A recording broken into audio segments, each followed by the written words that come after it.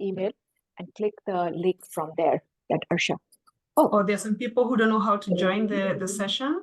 Yeah, leave that. I think Maria.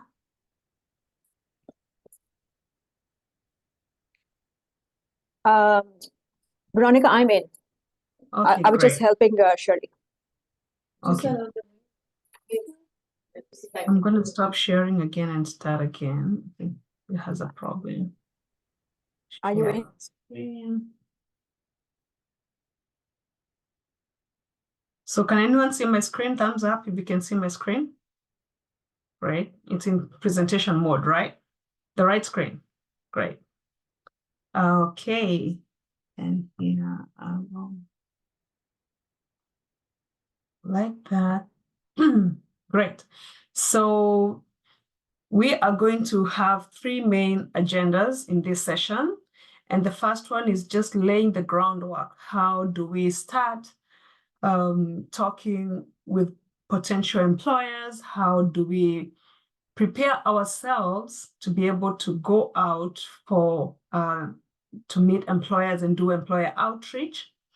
Then we're going to look at the job development barriers, or what could hinder us being able to do a good job in job development, and what issues can we come across when trying to develop employer partners. And then how do we overcome those barriers and advance our connection with our employers? And like we said in previous sessions, the RSS program, the main goal is self-sufficiency, and the biggest bulk of the RSS work is employment. We know there's, of course, social adjustments and financial capabilities and career pathways, but ultimately the underlying goal is to make sure that our clients are, are self-sufficient. They're able to get a job. They're able to make a living. I'm sorry, there seems to be some feedback. Okay, so they're able to make a living while in this country. So to get us started, we will do Slido one more time. And what I want you to do is scan the barcode or use the link and tell us what comes to mind when you hear about the term job development. What comes to mind when you hear the term job development? Is everybody able to access Slido? We've done it a lot this morning, so I guess we're becoming pros. Resumes, networking definitely makes a big part of that work. Employment, yep. Interviewing skills. Resumes is a big one. It's coming up a lot in employment. Career advancement, that's true. It's part of job development. Yeah. Higher paying jobs, that's true. Certifications. Negotiation, that's a good one. I like that. Career growth, financial independence. Yep. Networking and partnership.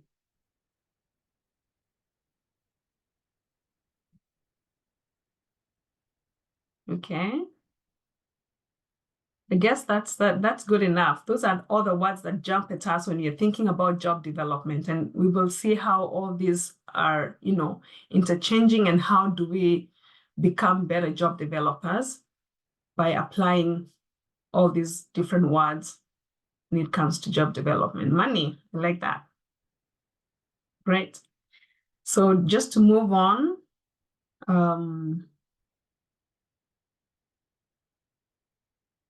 okay.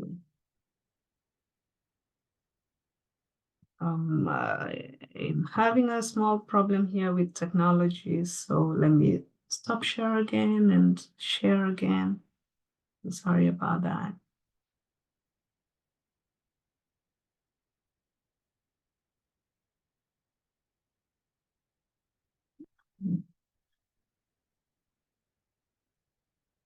Sorry, I'm sorry. Let me do it again.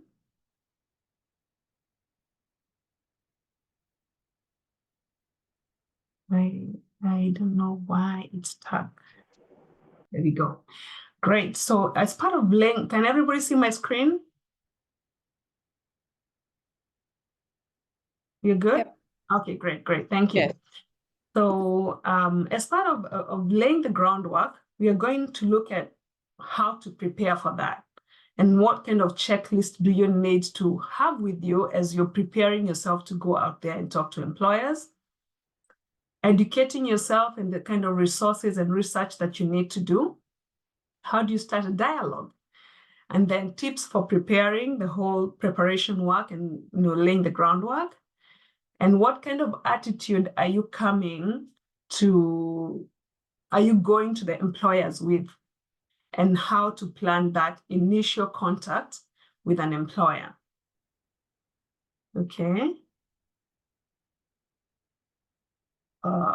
Let's move on. Just a minute. Oh, technology issues today. Tomorrow will be a better day, I promise. Let's do it again.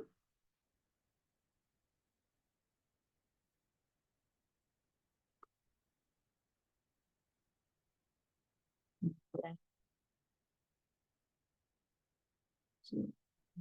Slide.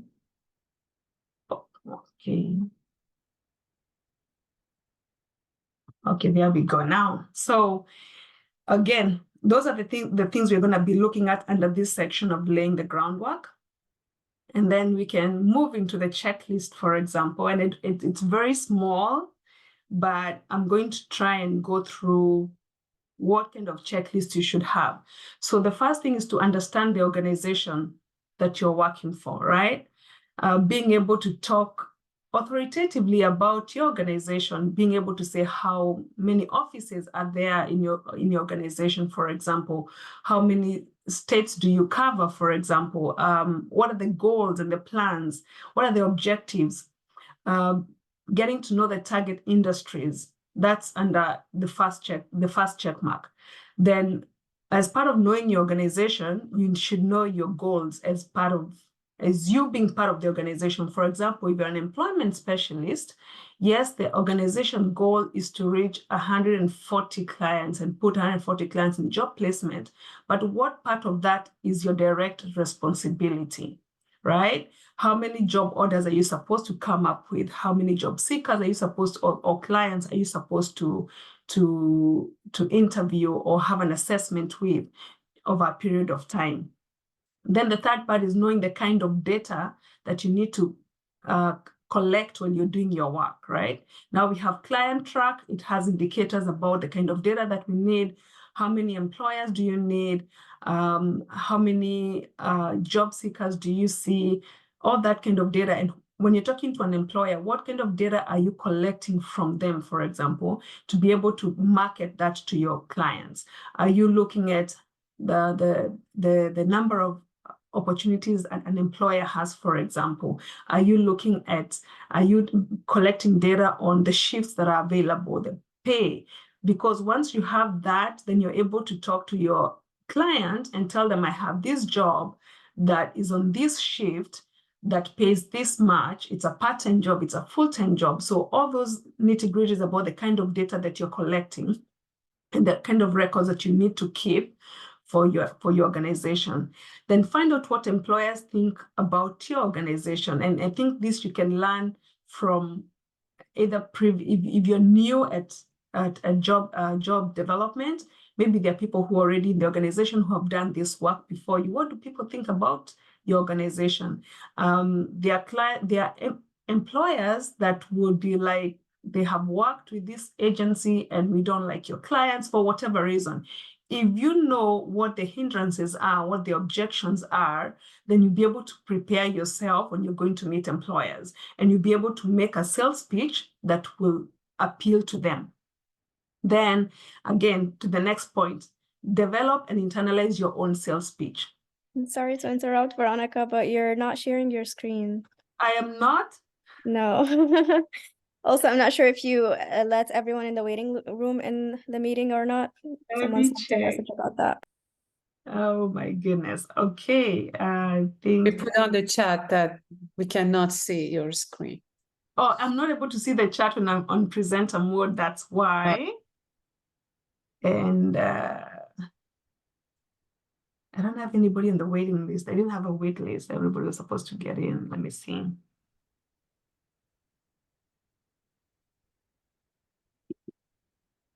Okay, let me share my screen again for the umpteenth time.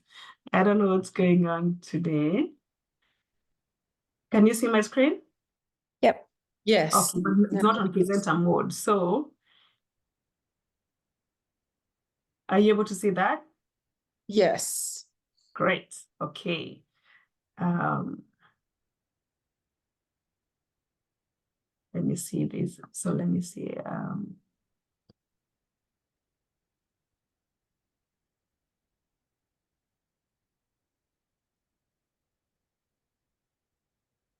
See if there are people on the wait in the chat.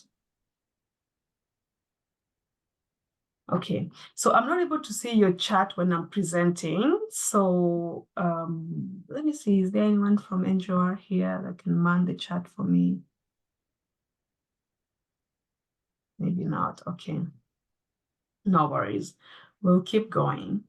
But everybody can see my screen now, so let's keep going on the checklist, right? And then, Yes. Are you able to see my screen still? We are able, yes. Okay, great. And then we talk about research likely employers who can benefit from the services that you're offering, right? Identify the most effective way to make an initial contact and prepare marketing information. And sometimes the preparation of marketing information doesn't have to be the work of a job development specialist or a job developer. It could be within your agency, whoever plays that role. Maybe you have a marketing department or you have people who do fundraising and they create those materials for you. It's to get to know who those people are and talk to them and be able to get those materials that when you go to meet your employer, you have those at hand. And then schedule a block of time to make calls, right? And then about educating yourself, like I mentioned, learn the history of your organization. When did it start? How many offices do you have in New Jersey, for example? How many offices do you have across the state? I think when you know all that, it's giving you confidence when you're presenting about your organization. Talk to other job developers, and if you're new in the role, talk to people who've been there before, or talk to your supervisor. Get to know the success stories, because sometimes you will meet employers that we know your people, they won't last a job. But if you have the success stories, yeah, you'll be able to say, we have employed so and so number of people in this company, and they have been successful. They have risen through the ranks. You'll be able to give that information. And also remember, the employer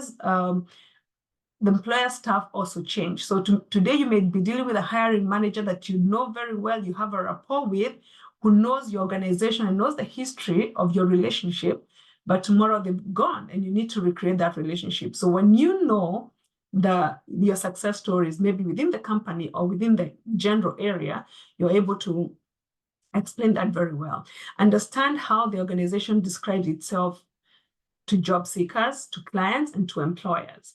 So, for example, I remember when I started as an employment specialist, we were really focused on talking about refugees and asylees in their humanitarian categories. But as the political wind kind of changed, I saw the organization change from talking about refugees in particular to talking about newcomers. So it's like more inclusive.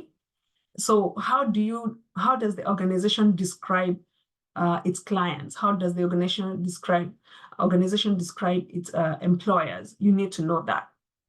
And then internally, how do you coordinate job development? Do you have one specific person that is in charge of going out and another one in charge of doing client assessments? Or are they interchanged roles? Do you do everything in terms of job development, from meeting the clients, doing the needs assessment, going out to the field and making the connections? Or are there point people? Are there people in the organization that are the contact people for particular employers that you need to go through instead of making a call to an employer, for example. Again, the goal is to have a united front. We don't want one person from the agency or 10 people from an agency calling one employer, then it's just sending different information. So how do you centralize that and make sure that you're having a united front when you're meeting the employer? Widen your network, right? Talk to people within your network. It could start with your dentist. It could be anybody within your network, your family, your friends. Talk to them about, and not only in your own community where you live, but in the community where your clients are living, or the potential communities where you are working in. Get to know who are the employers there. What are the networking occasions that happen there? What are the partnerships that you can build? In terms of like having state centers, we have the American Job Center. It could be a place where when you create that network, you're able to access job listings, and they can even provide you information with employers that are hiring. Many state and federal agencies, they publish reports on labor markets, for example. So you get to know which job is in demand right now. And then who are those people that are employing in that in-demand job, and that way you're able to start targeting who are you going to talk to. And then we have our chambers of commerce, right? If your organization is not a member, maybe it should be a member, because they have networking events that they have, and they bring together employers and potential partners that you can be able to go and expand your network of employers and expand your network of people generally that you're working with in the community that you live in, or where your clients are living in. So having all these and educating yourself on all these aspects enable you to have the knowledge that you need when you're going out to meet the employers.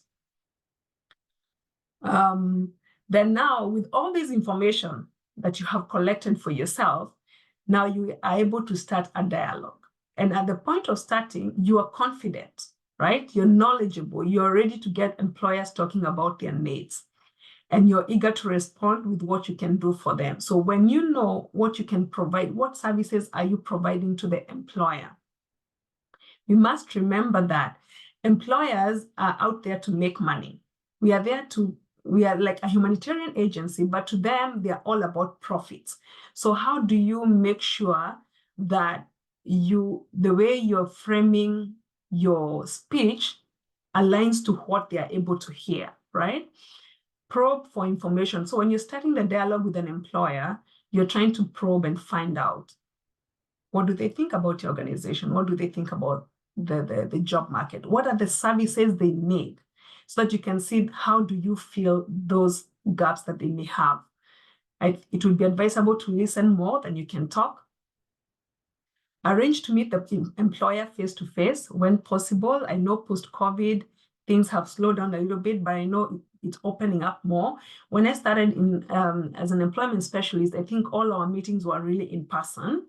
And I think having that in-person meeting makes it creates a different, setting than when you're just talking to somebody on the phone. So if you are able to go out and meet an employer, it would be good to do that.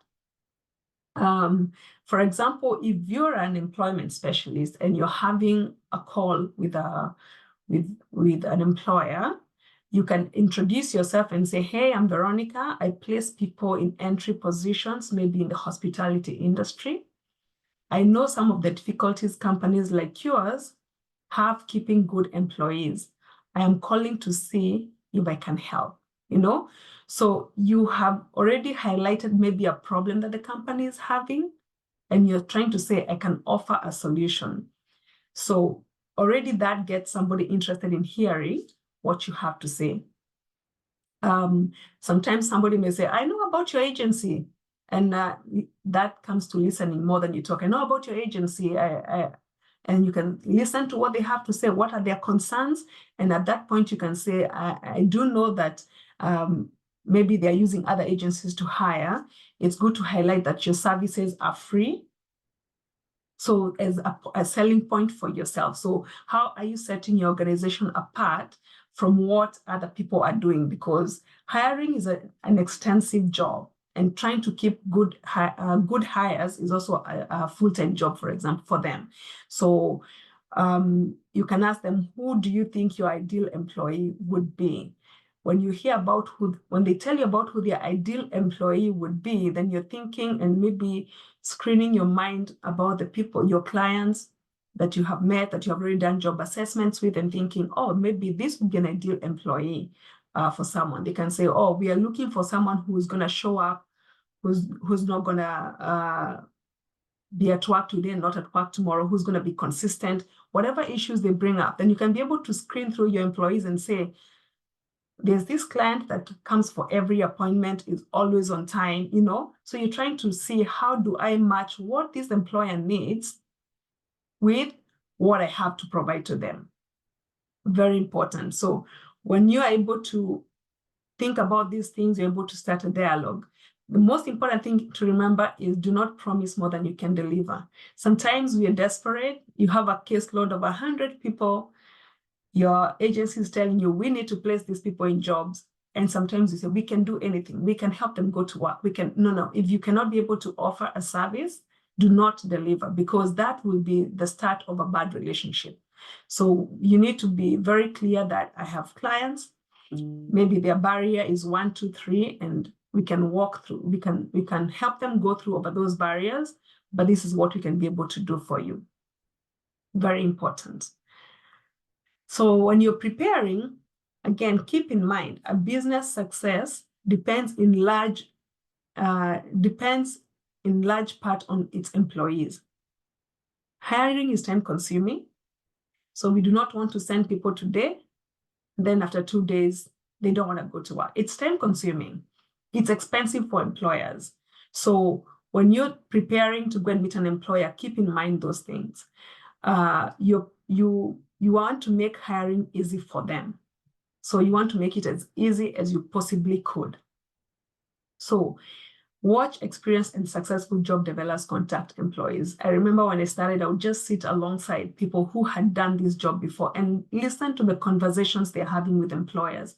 Maybe take notes, maybe make a script that I can use for myself, because it takes time to build the confidence to be able to express what you need. But listening to people who've done this before helps you to do your job even better. Practice describing your services in your own words. Again, you can practice in the mirror, practice with your friends. How do you describe your agency? How do you describe the services you're providing? And remember to make sure that the way you describe your services is in tune with what the employers are able to listen.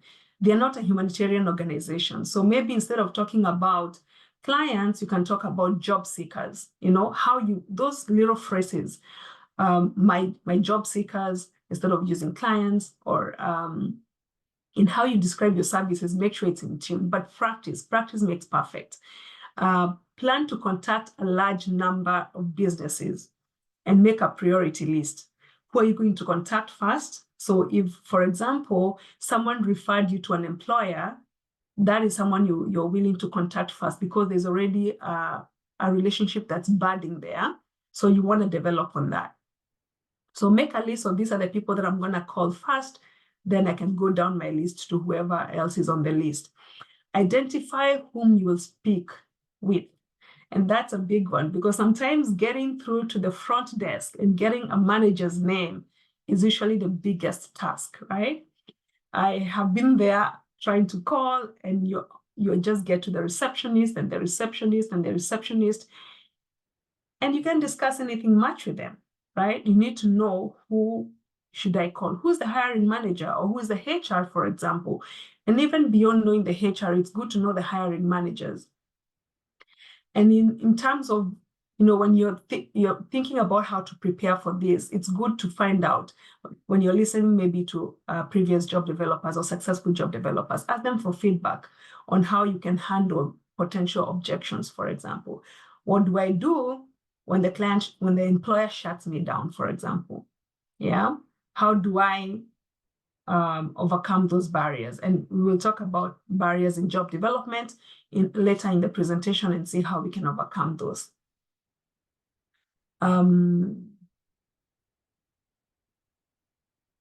So the other thing is to prepare, preparing an attitude, right? How are you meeting the employer with? It's good to adopt an inspirational mantra, a mental note to yourself, so that it helps you be in the right mindset. If you go in the mindset that you're going to beg for a favor, or you are, you're trying to, I know the frustration of you have a group of people that need jobs urgently, and it can make you be in a mental space where the way you present yourself, the employers don't want to listen to you. So you can say things to yourself like, my services are valuable. What you're providing to this company is valuable. You're providing employees that will last in their job, that are hardworking, that have, have a success rate of 90 days retention, or maybe they can stay in the job for a year. Whatever that is that you're telling yourself, depending on the experience that you have had, is very good. You can remember that you cannot control the job seeker, but I can control the services that I'm providing to the employer. So my services is what I'm selling. You're not peddling people around. You're not saying, and I know it's very hard to detach yourself from, I have this client that needs a job urgently. He's going to get an eviction if he doesn't get a job. And the service you're selling to an employer is, I'm willing to give you I want to be your to-go-to person for recruitment, right? You don't have to post your jobs anyway. You need to reach out to me and I will get you the right people for the job. That's the service that you're offering. And then remember to use business language. I will use business language. It's maybe job applicants, not our clients, like I mentioned. It's filling your employment needs, not giving our trainee jobs, So sometimes you go like, oh, we give them an opportunity. They are new in the country. They need this so badly. No, what is the need for the employer? I'm helping you fulfill your employment needs.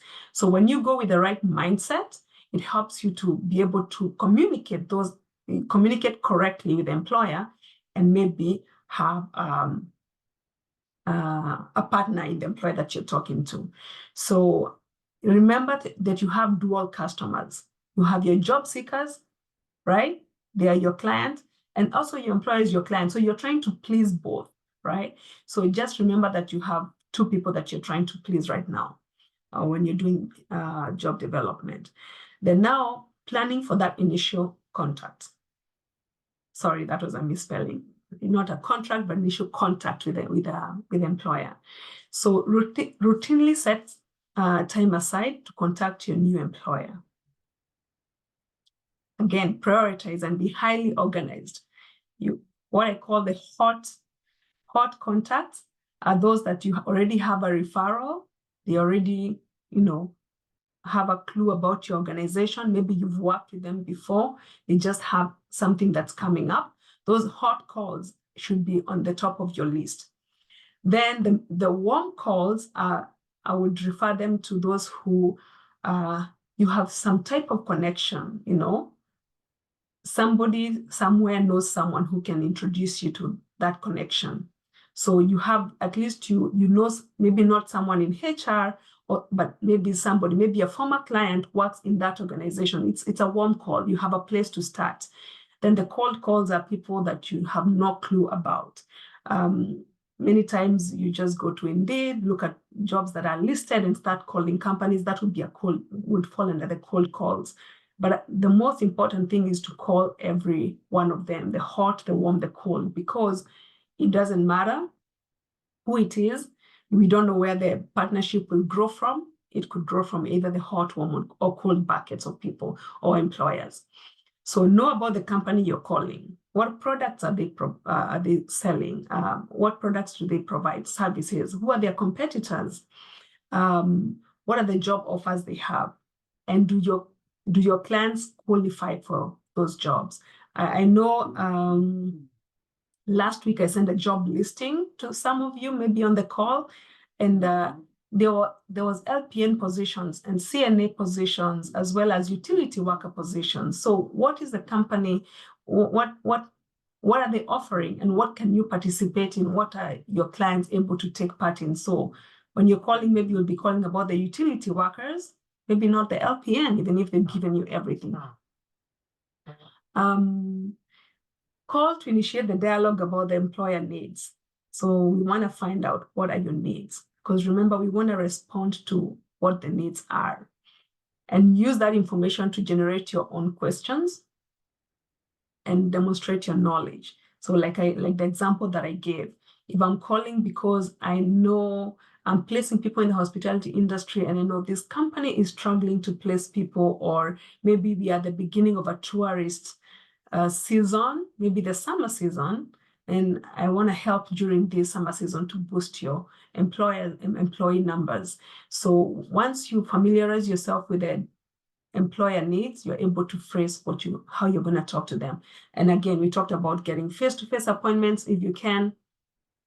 And I cannot speak enough about making sure that you talk business language. And I know this is new because we are so used to using our own jargons internally. Sometimes we will be talking and we'll be saying, I work for this RSS program. Nobody knows about the RSS program. Don't talk in acronyms, right? Don't talk like a workforce development jargon. Try and talk in a way that the business people will understand what you're saying.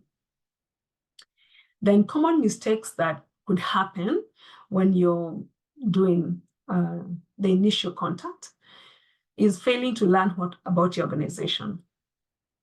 And that mostly happens maybe when you're very new. And even sometimes when you've been in the job for a while, you haven't updated yourself. Sometimes we get so focused, laser focused on what we are doing, that we don't see what's the general strategy of the organization as a whole. Take time to learn. Take time to educate yourself and to do research. Yeah. Offering employers people or services that they do not need.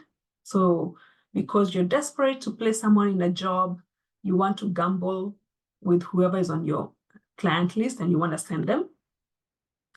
Calling or visiting an employer with very little information or understanding about the kind of work they do. Again, we talked about exaggerating what you can provide or what services you can offer or be able to achieve. And again, forgetting that employers are not in business. They're there to make money.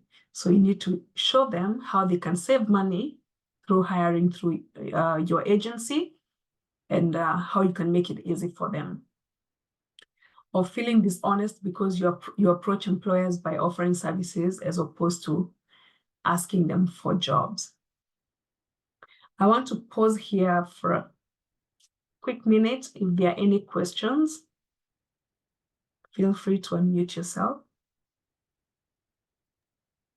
I have a question. So I'm wondering, like, I'm interested to know if they're with other organizations. I know like different organizations run their employment programs differently. So I'm wondering if even from your experience, Veronica, like if having a specific job for a job developer instead of having the employment specialist who works with the clients do that work of reaching out to employers, how successful that was. Because I feel like this is, it's like the employment specialist has two jobs, like reaching out to employers and serving their clients and working on strengthening them and their job readiness and coaching and all of that.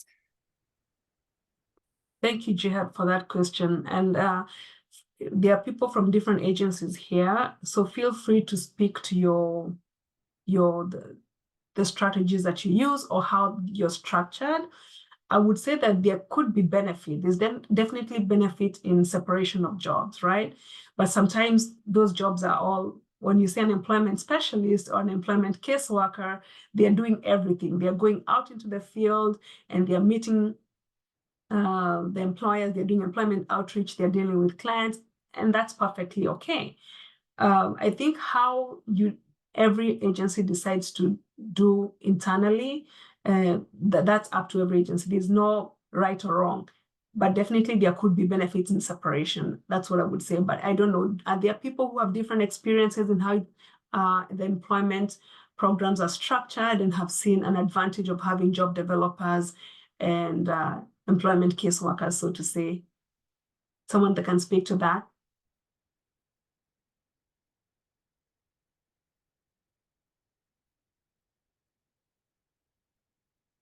Okay, and Jihad, we could, there's something in the chat. So this is great. Our companies with zero English, we can talk about that maybe in a different session as how to target different companies. But again, when it goes back to what are the employer needs? What are the needs of that company, right? I know right now there's an agency that has a separate grant, for example, to teach ESL classes within the employment setting. So you can approach, and that goes back to what services can you offer? You can approach an agency and tell them, hey, we can be able to offer English classes either before or after hours, because maybe you have a grant that can be able to do that, and maybe that can be a selling point. But yeah. And back to Jihad's point, I think Jihad, I can do more research about different structures and how it works best, and then we can share. But right now, that's what I have to say about that. Thank you for those 2 comments. And if there are no more, then we can move on. Sorry. Okay, we can move on to the next session on job development barriers. And we'll talk about steps for handling rejection, hooks and reasons. And again, we'll talk about the common mistakes that could happen when you're dealing with the barriers. So I think the steps for handling objections would be to listen carefully and not to interrupt. For example, when an employer maybe is complaining about something, or to challenge. I know sometimes, again, because we have a different goal in mind and all we want is to place people, it's very easy when the employer starts to talk to you for you to become more defensive. But if you are able to listen, then you're able to provide the best solutions for that scenario. For example, if you're talking to an employer who is complaining about, people missing work for whatever reason, you're able to listen to them conclusively, and you can say, well, I know we had talked about how parents are bound to miss work because of sick kids. However, if you hire our people or our job seekers, and anyone is absent more than the norm, you can call me. Yeah, we have to help with working moms. So because you can have that access, and you can be able to talk to your employers, and you can say, I want to be able to jump and resolve this if my client is not coming to work. I want to find out from my client what's going on. Do they need help with making sure that their child is in a daycare, for example, or I want to get to the bottom of it. You're offering a solution to the client, to the employer, but you're able to do that after you listen to them. Then asking open-ended questions and to clarify what they're saying. So if they're complaining about something, and maybe you can say, can you tell me more about why you feel that way? Can you tell me more about why you feel that my clients are not doing a good job, or they're not following instructions? We have had instances in the past when I was an employment specialist, where we have worked with companies to even translate their manuals, into a language that the client can understand. I would sometimes go to do employment outreach, and I would come back, maybe if it's a restaurant, would come back with a menu. I would put the menu to different languages so that the people that I'm targeting for that job can now start practicing reading the menu from their own language. So there are ways that you can be able to help them, but you'll only know that if you ask clarifying questions, get to know what is the real concern of the employer. Ask the employer to look at the situation from another perspective. So you can say, I'm sure your HR department does a great job advertising your positions, but you can reach a pool of job-ready applicants with just one phone call to me. So I know there are agencies, employers that already have their own way of recruiting people, and you're saying, I can be that person for you. I was talking to one of the agencies here, and they were saying they have become their to-go-to group of people, or to go to agency when employers want to hire. So getting yourself to that place where if an employer wants to look for employees, you're the first person that they call is very important. And then after you've had a conversation with an employer about whatever objections that they are bringing on board, you can talk about, you come on to clarify and see that whatever solutions you've offered, do they make sense? Is it applicable to your company? Is it a strategy we can adopt? That instead of you feeling frustrated, people are not coming to work, you can call me every time and I can be able to handle that for you. Then, and sometimes there are no current jobs with an employer that you're reaching out to, for example.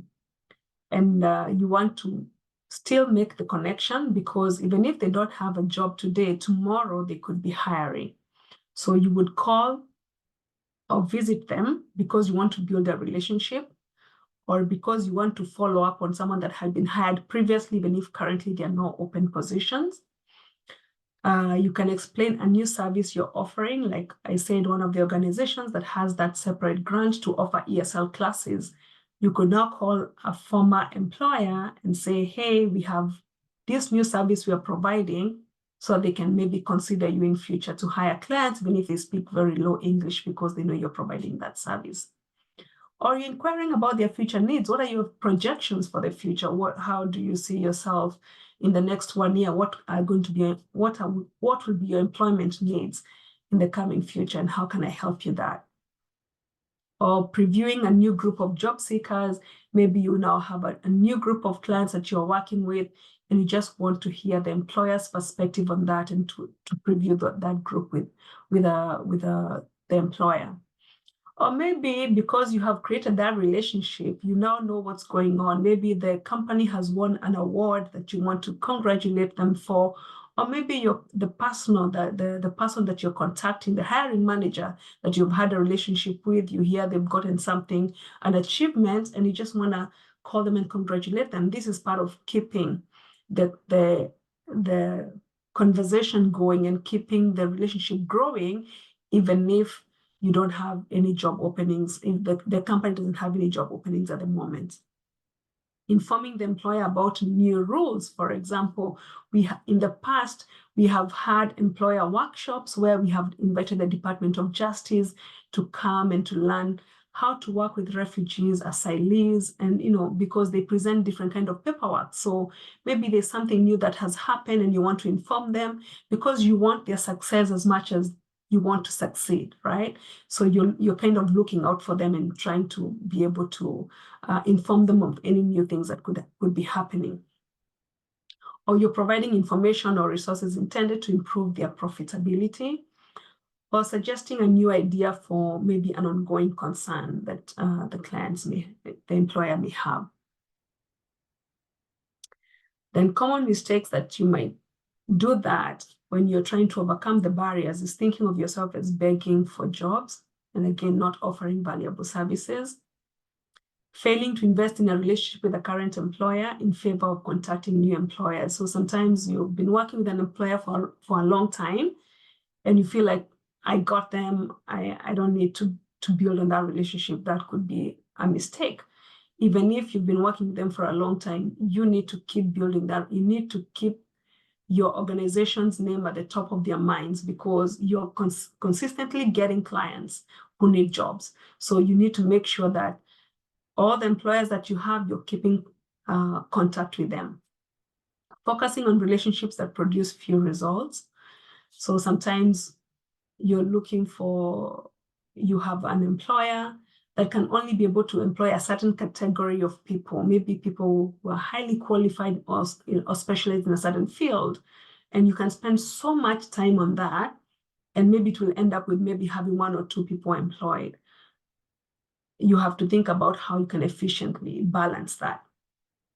Then crossing professional boundaries in an attempt to be friendly or to be personal with an employer, that is definitely not advocated for. Or continually calling employers who say they're not interested, and you say, let me just keep trying, let me keep trying, and maybe now, if they're not interested, sometimes it's just good to give it a break and think about maybe strategies how to contact them. Don't harass employers. Or failing to pick up the phone and talk to employers when candidates don't work out. I know the amount of time and effort that is put in preparing the clients to go for interviews, to do mock interviews with them. And then you've worked so hard, you have taken them to an interview, and just didn't work out. It's very easy to get frustrated. Or if a client gets fired and maybe you feel they were fired unfairly, it's very easy as a job seeker to get frustrated and to just give up on that relationship. I think it's still important for you to be able to talk to those employers and get to find out, where was this person fired? How could we remedy that in the future? And not empathizing with employers. You know, sometimes we are like, they know what they're doing. If they can't help me with my clients, then I'm not interested in them. No, this is again, you have dual clients. An employer is your client, is a customer for you, just like your job seekers are. Then complaining about anything to employers. Sometimes it's frustrating. You've been trying to get this person a job. Finally, they have a job and they start coming up with excuses, and the employer is on your case and calling you all the time. It's very easy to start complaining back to the employer. I don't even know what they want. I have been doing my best and they're not doing. No, we have to remain professional. At the end of the day, we do not want to paint a picture to employers that our clients are not able for whatever reason. We want to be able to deal with the challenges in a way that is professional, not a way that comes across as complaining to the employers. And many times then our job seekers our clients come to us and talk about all the hardships they are facing at work. They'll come and say they're being discriminated upon, and maybe it's true, you know, they're not being treated fairly. Then how do you address that without making it a complaint to the employer? Great. And again, we'll take a quick pause here to see if there's any questions. I'll also go and check the chat now.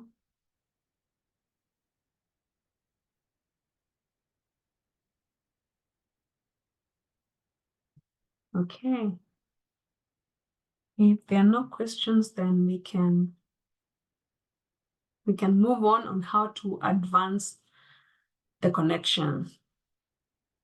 Making a site visit, like I said, it's very important to meet with the employers in person, one-on-one. Understanding your job seeker. Finally, you're able to make that match who's good for what job, and then follow up that we do, and we'll talk about retention strategies at the end.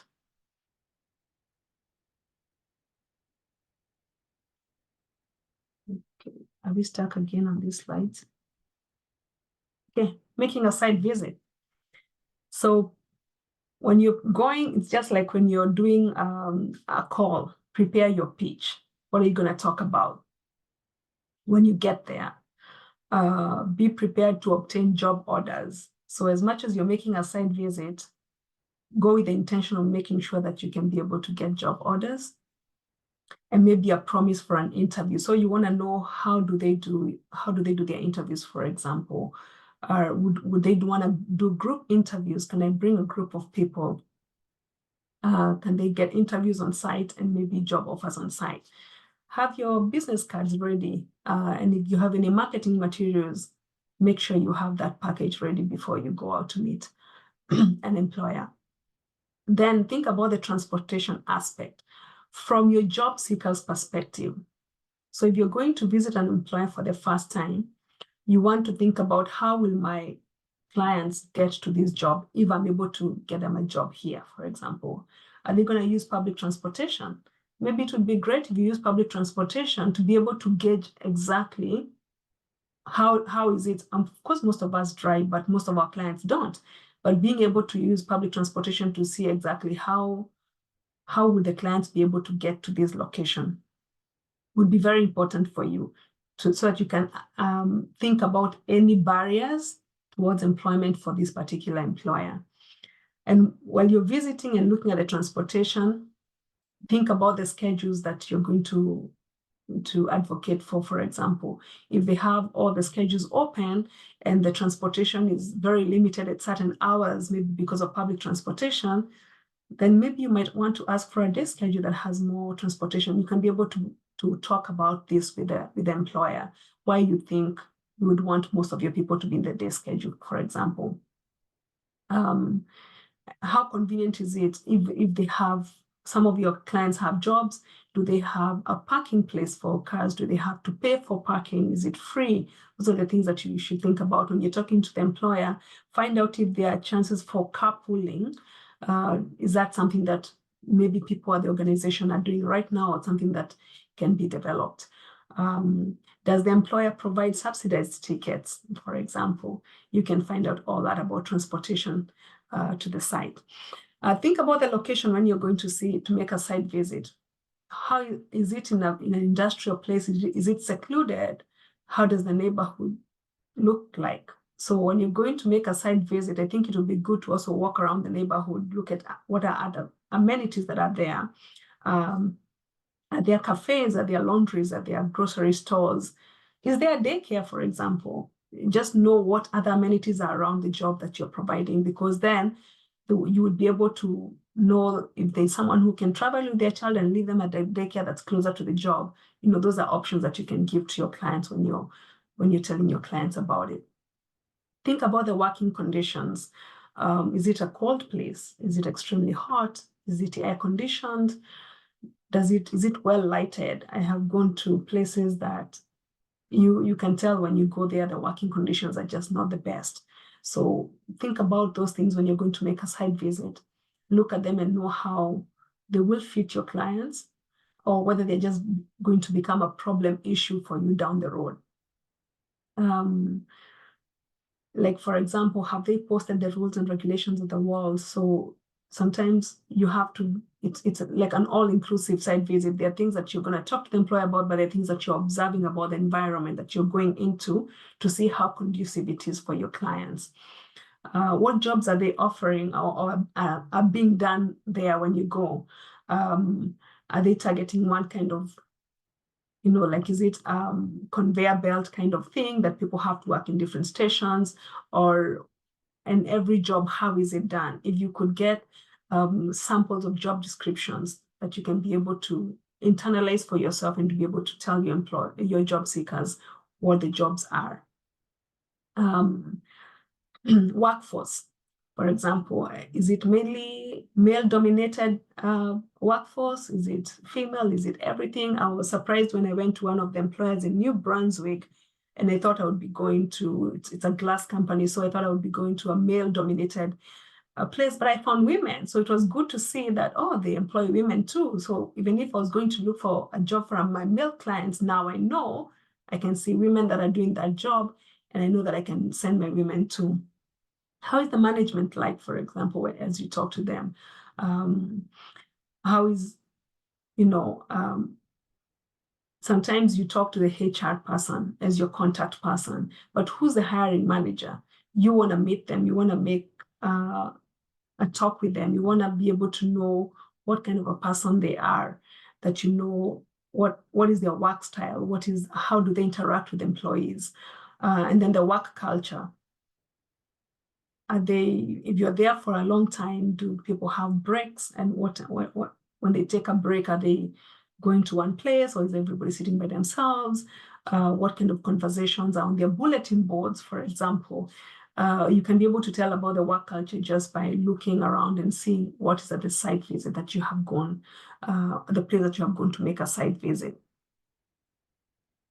Then on understanding your job seeker, of course, we do our best. We have our FSSP that is wholesome, that looks at all their needs, their goals, and the barriers that they have. Then we do an IEP, individualized employment plan, and then we develop resume. So you've had quite an interaction with your job seeker at this point, but at the same time, rely on your intuition, because we want to understand our job seeker in the light of making our partnerships work. So you may have a very good person. Maybe they speak English, so they are the best candidate for the job. But what is their attitude like, right? Do you want to send them to a place where they're just gonna be at loggerheads with everybody and spoil your relationship? You have to think about that. So rely on your intuition, how you know your job seeker. Expect limits.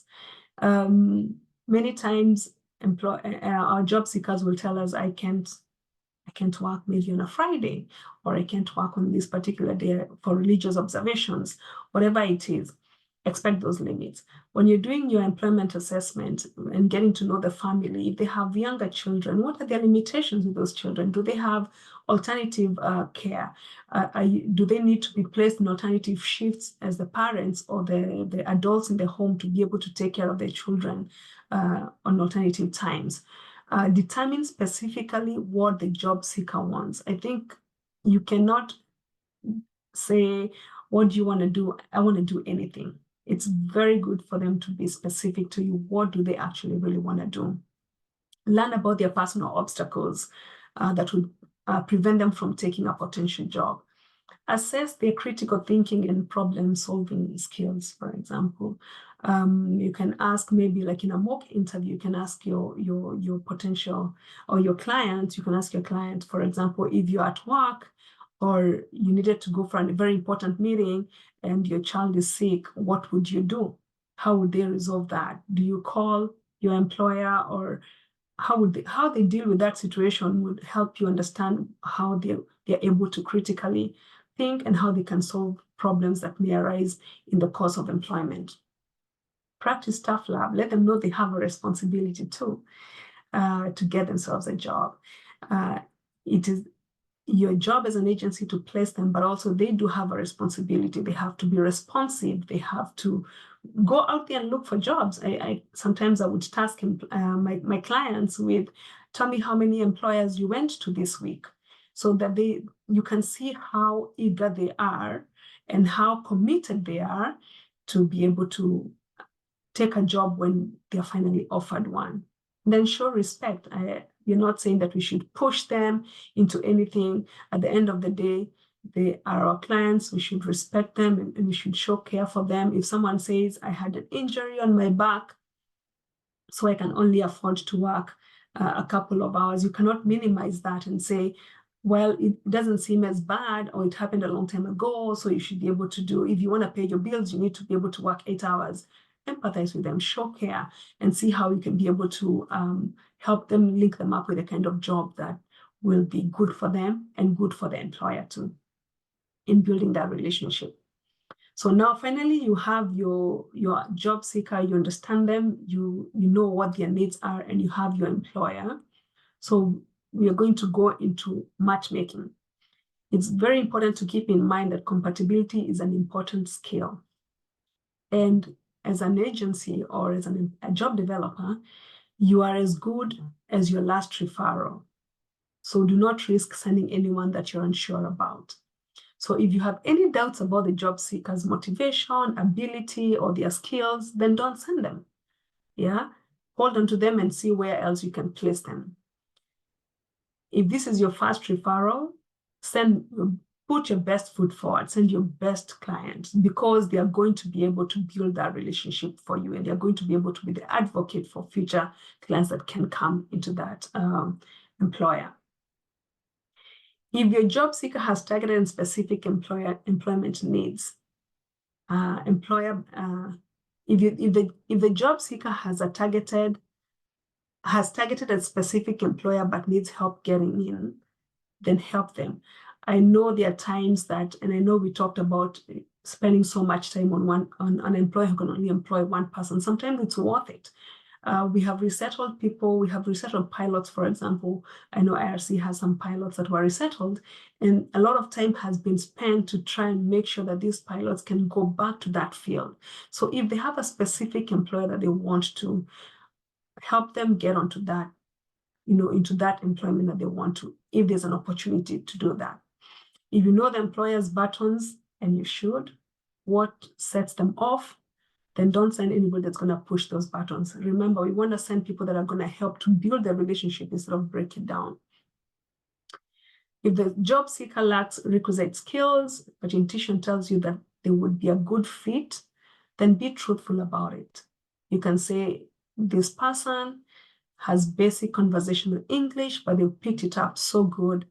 They're good at this because you'll have their transferable skills from their resume. Market that to the employer and be truthful about what their challenges are, but keep in mind that you can talk about what their abilities are, to make sure that once you have that going, or once the person goes there, they're able to pick up their job easily.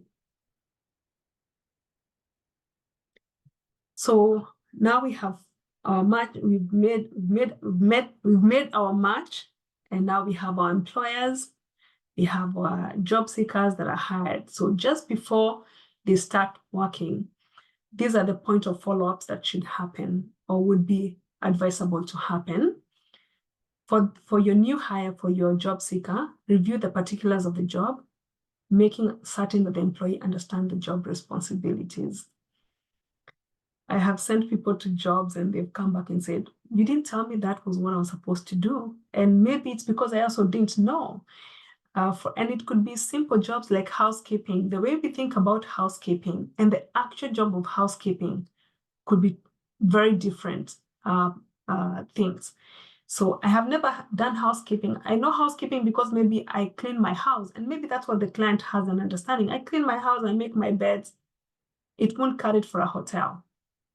So as an employment specialist, I had to go to hotels and be given a tour of the hotel and look at housekeepers doing their job for me to be able to come and pass information to my clients. So sometimes it will take that in a site visit. Get to know how the job is done, so that when you're explaining to your new hire, you're telling them this is exactly what you're going to be doing. You are expected to make this number of rooms within an hour, every room. So what I did, I took pictures of how a room should be after it's completely done, so that they know this needs to go back here, this needs to be done here. So you're very intentional with the level of detail that you're giving your job seeker when they're going to start a new job. Let the new employer know when and how you're going to contact them and follow up on their progress. Contractually, we have to follow up after 2 weeks and then after 90 days for retention. However, if you want to build a good relationship, they don't have to be limited to those 2 times. We want to make sure that we have constant communication with our clients and get to know, are there areas that they're struggling with that we need to jump in and help?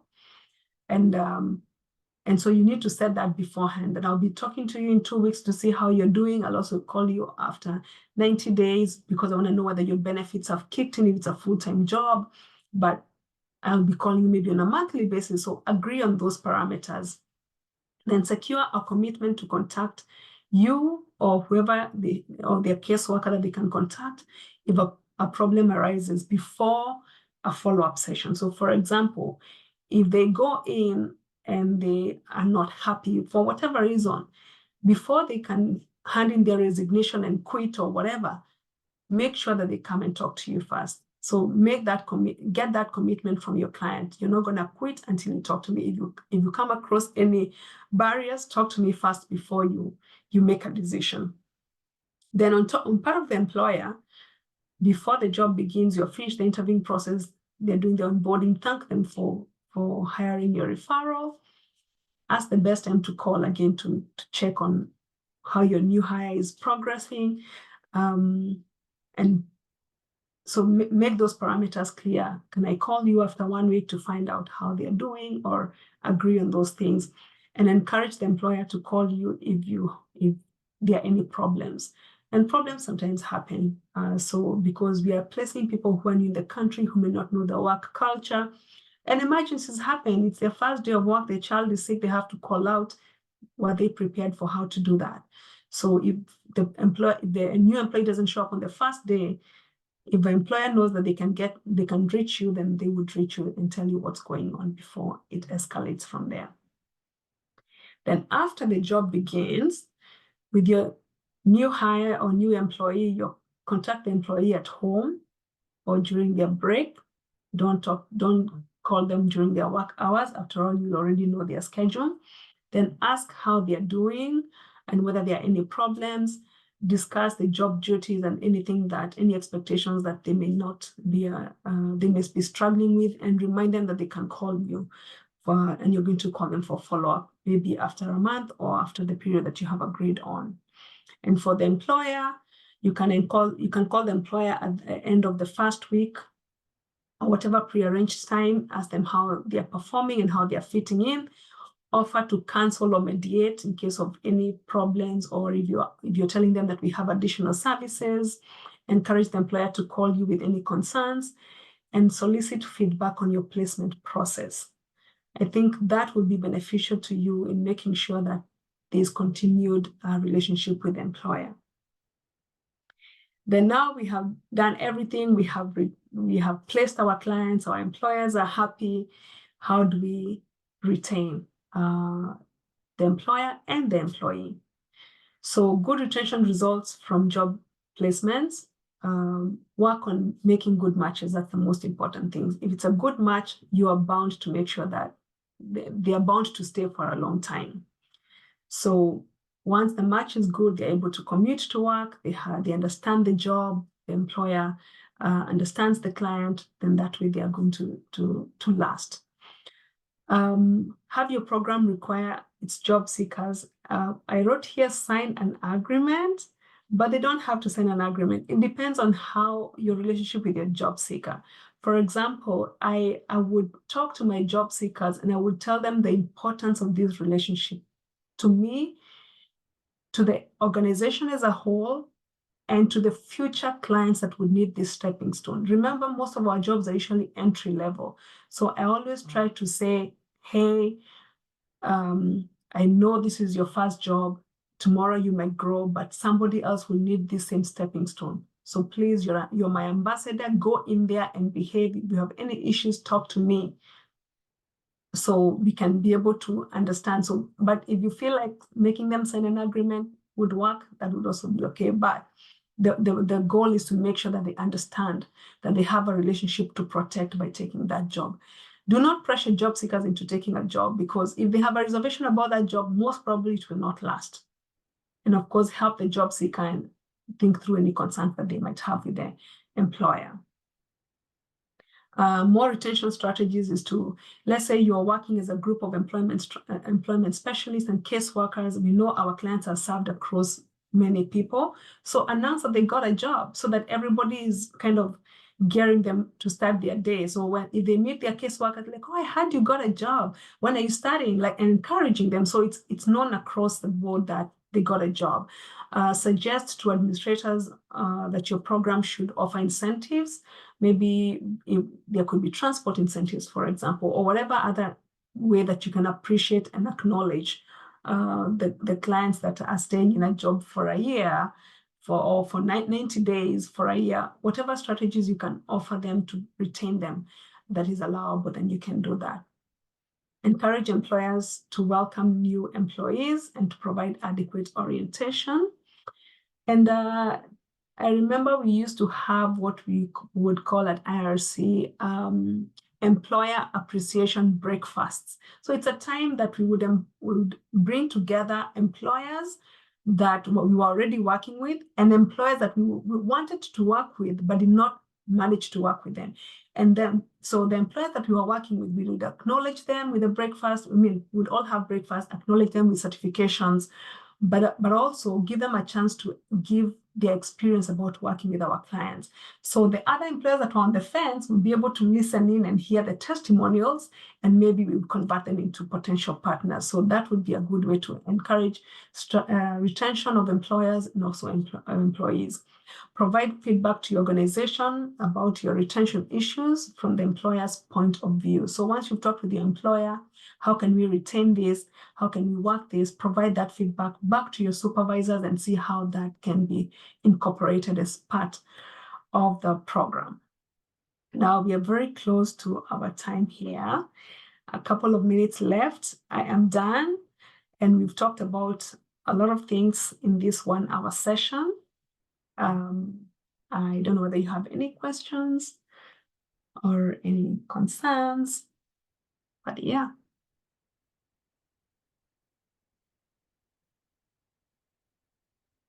Thank you so much, Veronicah, for all of this very, very, very valuable information. And I think everybody here, especially my team, I can definitely speak on their behalf, are taking note of everything that was mentioned and, applying this to their work every single day. So thank you for sharing this very informative information. And we really appreciate all the guidance you've been able to provide. Thank you. Oh, we actually passed time. I wasn't seeing my clock, so you're past 2 o'clock. I'm sorry that we went over the time.